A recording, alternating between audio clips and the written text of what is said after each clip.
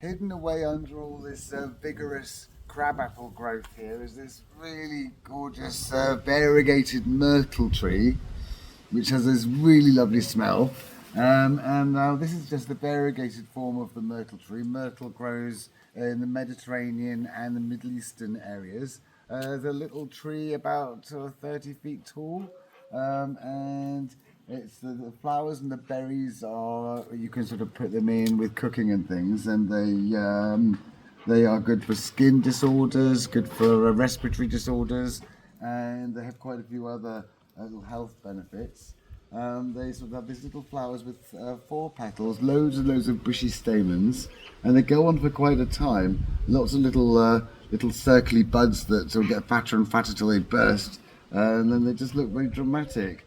And the smell, very nice smell, and the bark is very interesting. I'm not sure if I can see the bark with all this growth in here. It's is it that one? Yeah, it's that one there. You see that interesting bark in there?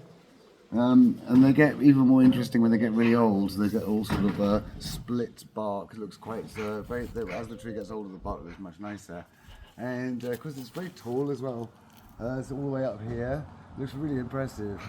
Here, a bit's reverted to its normal colour. Sometimes you get that with variegated plants. Just this one branch has turned non-variegated, so if this was mine, I'd probably cut that branch off, because otherwise the whole plant could revert to being non-variegated again, but it's still just as beautiful, really.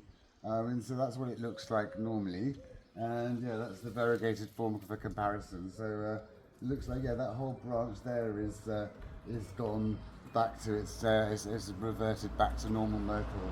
So the tree is a bit delicate. I guess you class it as subtropical. It will grow if you're kind of by the coast in a sheltered estuary, or if you're in a dense urban area where it doesn't get too cold and you're sheltered from strong winds. But if you can grow them, they are a very nice, unusual little tree, and they do respond quite well to pruning. So if you want to keep them quite small, just prune them to a certain shape.